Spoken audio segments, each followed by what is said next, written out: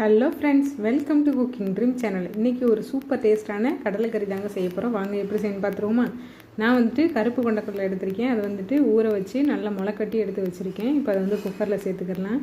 பாருங்கள் எவ்வளோ சூப்பராக முளைச்சிருக்குன்னு.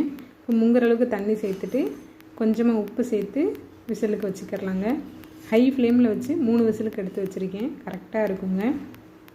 நீங்கள் ஊற வச்சுருந்தாலும் இதே அளவுலேயே தண்ணி ஊற்றி இதே விசிலுக்கு வச்சுக்கோங்க. இப்போ தாளிப்புக்கு கொஞ்சமாக எண்ணெய் சேர்த்துட்டு ஒரு பிரியாணி இலை, ஒரு சின்ன துண்டு பட்டை, அதோட 2 பெரிய வெங்காயத்தை குட்டி குட்டியாக கட் பண்ணி சேர்த்துருக்கேன். வெங்காயம் இந்த அளவுக்கு நல்லா வதங்கினதுக்கப்புறமேட்டு இஞ்சி பூண்டு பேஸ்ட்டு சேர்த்துக்கோங்க. இது இஞ்சி பூண்டு பேஸ்ட்டோட பச்சை வாசனைலாம் போனதுக்கப்புறமேட்டு ஒரு தக்காளியை நல்லா குட்டி குட்டியாக கட் பண்ணி சேர்த்துருக்கேன். தக்காளி நல்லா மசிகிற அளவுக்கு நல்லா வதக்கி விட்டுக்கோங்க. தக்காளி நல்லா வதங்கிருச்சு. இப்போ இதில் மசாலா தூள்லாம் சேர்த்துக்கலாம். 1/4 ஸ்பூன் மஞ்சள் தூள், 1 ஸ்பூனுக்கு மிளகாத்தூள், அதோட ஒரு 1/4 ஸ்பூனுக்கு கரம் மசாலா சேர்த்துருக்கேன். வீட்டிலே அரைச்ச கரம் மசாலா, 1 ஸ்பூனுக்கு மல்லித்தூள் சேர்த்துட்டு நல்லா மிக்ஸ் பண்ணி விட்ருங்க. அந்த மசாலாவோட பச்சை வாசனைலாம் போகட்டும். நல்லா வதக்கி விட்டுறலாம்.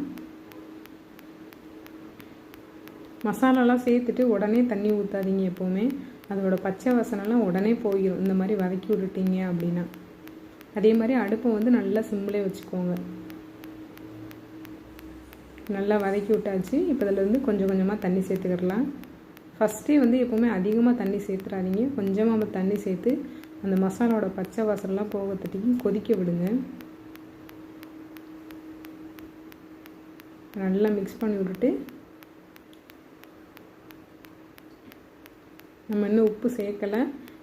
கொண்டக்கடலில் மட்டும்தான் உப்பு சேர்த்துருக்கேன். இது நல்லா கொதிக்கட்டுங்க. இப்போ பாருங்கள் நல்லா கொதிச்சிருச்சு. அது ஒரு சைடு கொதிச்சிக்கிட்டு இருக்கையில் நம்மளுக்கு சுண்டலும் ரெடி ஆயிடுச்சு.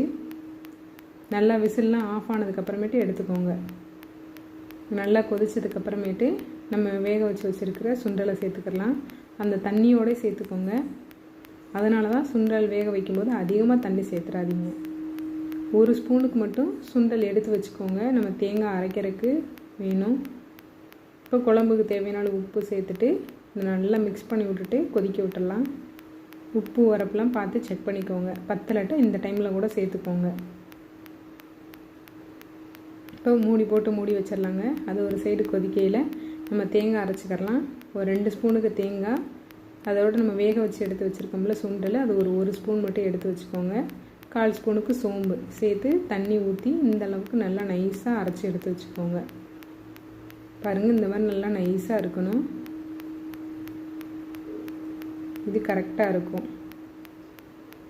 இப்போ பாருங்கள் குழம்பு நல்லா கொதிக்க ஆரம்பிச்சிருச்சு. சுண்டல் சேர்க்கறதுனால குழம்பு நல்லா திக்காக இருக்குங்க. அதனால தான் சுண்டல் சேர்க்கறது. இப்போ நம்ம அரைச்சி வச்சுருக்கிற தேங்காய் பேஸ்ட்டை சேர்த்துக்கலாம். பாருங்கள் நான் அப்படியே சேர்த்துக்கிறேன். அதனால் மறந்துடாமல் நம்ம வேக வச்சு நம்ம குழம்புல போடும்போது 1 ஸ்பூனுக்கு தனியாக எடுத்து வச்சுக்கோங்க. இப்போ மிக்ஸி அலசிட்டு தண்ணி சேர்த்துக்கிறேன். சேர்த்துட்டு உங்களுக்கு குழம்பு எந்த அளவுக்கு பக்குவமாக வேணுமோ அந்த அளவுக்கு சேர்த்துக்கோங்க. ரொம்ப குழம்பாக வேணும் அப்படின்னா இன்னும் கொஞ்சம் கூட எக்ஸ்ட்ரா தண்ணி ஊற்றிக்கோங்க. இல்லை நல்லா திக்காக இருக்கணும், கிரேவி மாதிரி இருக்கணும் அப்படின்னா கொஞ்சம் தண்ணியை கம்மி பண்ணிக்கோங்க. இந்த அளவு கரெக்டாக இருக்கும். கொஞ்சமாக மிக்ஸி அலசி மட்டும் தண்ணி சேர்த்துக்கோங்க. சேர்த்துட்டு இது நல்லா மிக்ஸ் பண்ணி விட்டுட்டு மூடி போட்டு மூடி வச்சிடலாம். குழம்பு நல்லா கொதிக்கட்டும். அந்த தேங்காயோட பச்சை வாசனைலாம் போக தட்டிக்கும்.